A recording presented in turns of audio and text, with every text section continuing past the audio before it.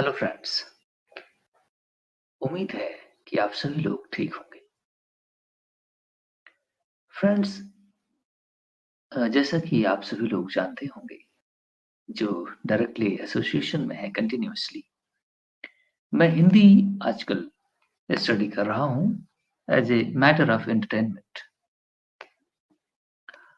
तो इसमें मैं सबसे अब स्टार्ट होना ही चाहिए रामधारी सिंह दिनकर जी की, नहीं, राइटिंग से।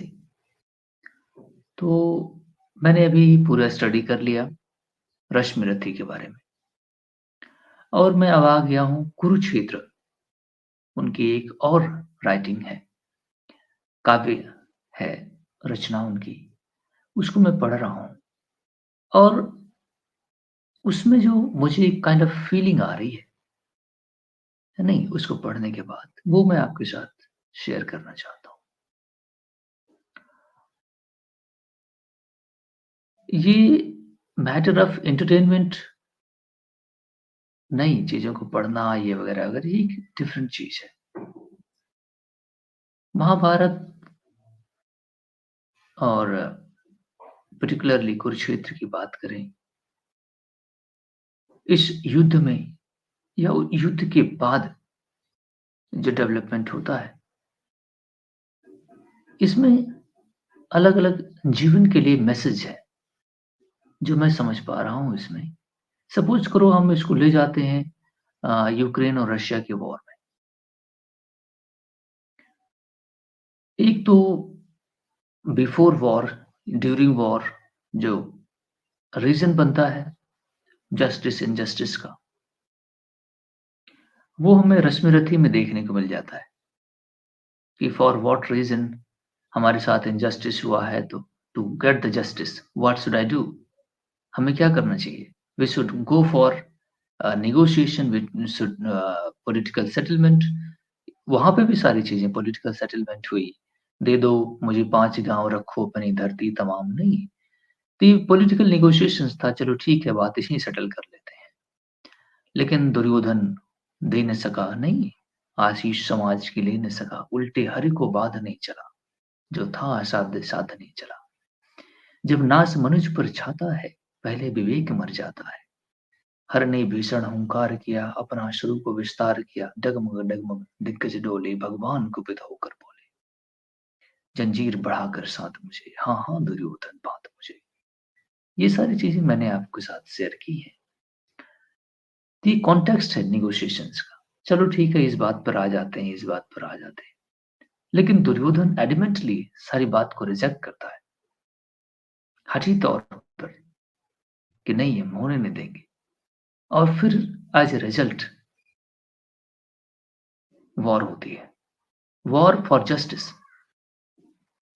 अब कुरुक्षेत्र में रामधारी सिंह दिनकर जी ने एनालिसिस किया है आफ्टर वॉर। हर किसी की अपनी प्यास बुझ जाती है। समुद्र में जब लहरें उठती हैं, लहरों के बाद की जो तबाही होती है, उसका अनुमान लगाना, और फिर आप समझिए कि जब लहर आती है अगेन, तो लोग कितना टेरिफाइड हो जाते हैं कि देयर इज अगेन डिस्ट्रक्शंस, नहीं। तो जो यूथ होता है, वल्नरेबल सेंटिमेंटल होता है इनिशियल स्टेजेस में, उसने जिंदगी को देखा नहीं होता, वो हमेशा वॉर और लड़ाई की तरफ निकल जाता है। यही एक सॉल्यूशन है। और उसमें अ, उसको लगता है कि यही एक प्रॉमिसिंग आइडिया है, जिसमें हमें फाइट कर लेना चाहिए, तुरंत तत्काल मारपीट करके मैटर को सुलझाओ।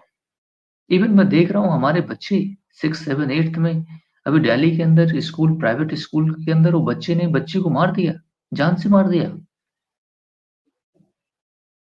नहीं, वो उन दोनों के बीच क्या मामले थे? सिंपली कहीं शोल्डर टच हो गया, नहीं, कुछ अपने ईगो साइड सेंट्रिक चीजें आ गई, या फिर हम ज़्यादा सुपीरियर हैं कंपेयर टू यू। ऐसी छोटी-छोटी बातें बच्चों में आ गई, उसने उसको जान से मार दिया। नहीं, आप समझिए बात को कि अभी हमने ज़िंदगी को देखा नहीं है। उसको पाने की कोशिश करते हैं different kind of, even we go for immediate excitement and go for war. After repercussions जो है वो एक टेरिफाइड होते हैं। वही कुरुक्षेत्र में रामधारी सिंह दिनकर जी ने कितना बेहतरीन डिजाइन किया हुआ है इसको पढ़ने के बाद। अब क्योंकि इसका डिस्कशन कम होता है क्योंकि ये उतना नहीं पब्लिक में एक्साइटमेंट पैदा नहीं करता, क्योंकि ये आफ्टर एंगर और जोश के बाद का पीरियड है ना। तो जोश के पहले, जोश के टाइम के डिस्कशंस, क्योंकि यूथ गेट अट्रैक्टेड टूवर्ड्स, है ना। हमारे यहाँ जो इंटेलेक्चुअल्स हैं वो भी डिसऑनेस्ट पीपल हैं, वो पूरी तरह शेयर नहीं कर, शायद शायद लोग सुनना भी नहीं चाहते। नहीं, शायद ये भी है क्योंकि सुनना नहीं चाहोगे तो लोग बनाएंगे क्यों लोग बताएंगे क्यों। लेकिन उनको चाहिए कि कुछ डिसऑनेस्टी नहीं होनी चाहिए, लिटिल बिट लोगों के साथ प्रॉपर चीजें शेयर करनी चाहिए, so that you know balanced equation आ जाए और लोगों में इतना एक्साइटमेंट ना हो। क्योंकि after war death destruction millions of womens, नहीं चिल्ड्रंस विदाउट फादर विदाउट, नहीं उनके अपब्रिंगिंग्स किस तरह होगी, पूरा सोशल इक्वेशन बदल जाता है। नहीं, तो आप इस बात को समझिए। अब द्रौपदी अपना वो बाल खोल करके 13 साल घूमी, नहीं, फिर वॉर लड़ी, फिर एज अ रिजल्ट उसने क्या मिला। नहीं, तो इतना लोगों में जो हमारे यहाँ क्लासेस जो घर फैमिली परिवार में हो जाता है आफ्टर, हमें इसको सोचने की जरूरत है आफ्टर, नहीं इस सारे मैकेनिज्म के बाद क्या बचेगा। जॉइंट फैमिली सिस्टम हमने हमारे कल्चर का पार्ट है, हम कल्चर को अगर डिस्ट्रॉय भी कर दें, नहीं वुमेन्स को यहाँ रख दें, फैमिली को वहाँ रख दें, इनको वहाँ भेज दें, इनको जिस तरह आज न्यूक्लियर फैमिली बनाई जा रही है, ये भी एक सोशल नॉन सेटल इश्यूज है ना। How should we live in present time, there is also disturbance. लेकिन हमें रिजल्ट के बारे में सोचना चाहिए कि इसकी रिजल्ट कॉन्सिक्वेंसेस क्या होंगे। नहीं, हम पहले वाले को बात सोचते जरूर हैं, बहुत दिमाग लगा कर मार देंगे तोड़ देंगे, नहीं। लेकिन इसके बाद का जो मुझे ये बहुत फैसिनेशन लग रहा है कि इसके बाद की जो चीजें हैं, आपको रिग्रेट फील हो रहा है, गिल्ट फील हो रहा है।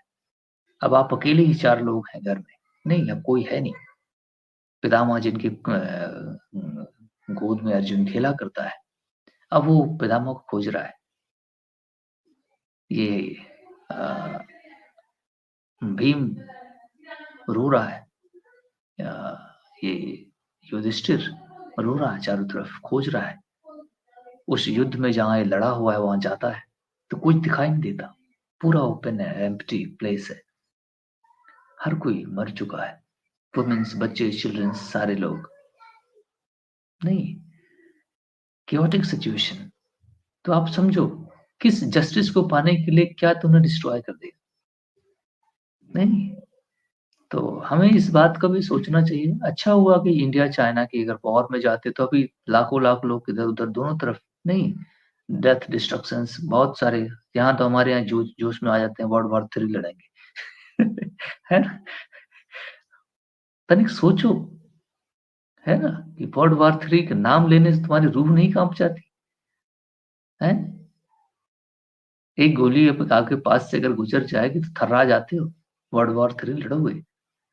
हमारी यूथ ज्यादातर लड़ते हैं, इंडियंस। तो ये बात सोचने की है कि इसीलिए शायद कंट्रोल, नहीं मेच्योर और जिंदगी को देखे हुए लोग जो होते हैं, नहीं उनके हाथ में कंट्रोल होता है डिसीजन मेकिंग। देखिए दोनों तरफ वाइज डिसीजन हुआ, बाउंड्री डिस्प्यूट सेटल किए जा रहे हैं।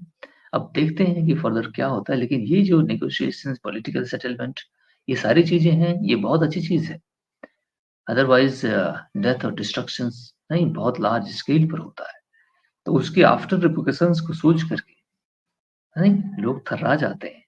तो इस दोनों चीजें जो है यहाँ से मुझे अभी पढ़ने को मिली है, तो इस चीज को मैं देख रहा हूँ कि कितना विशाल उनको रिमोश हो रहा है। और गिल्ट फील हो रहा है। ये बात समझने की है। किंतु आई थिंक द मैसेजेस उन्होंने उस डायरेक्शंस में उसको लिखा भी है, जो मैं रीड कर पा रहा हूँ, कि वो कुछ बताना चाह रहे हैं, मैसेज देना चाह रहे हैं, है ना? उस पूरे राइटिंग्स के थ्रू। तो मैसेज यही है कि आफ्टर और पहले के मामले को ही कंसीडर करके हमें फर्दर आगे बढ़ना चाहिए, है ना? So thank you very much. आगे की चीजें जो होंगी मैं उसको डेवलपमेंट आपके साथ शेयर करूंगा। ठीक है।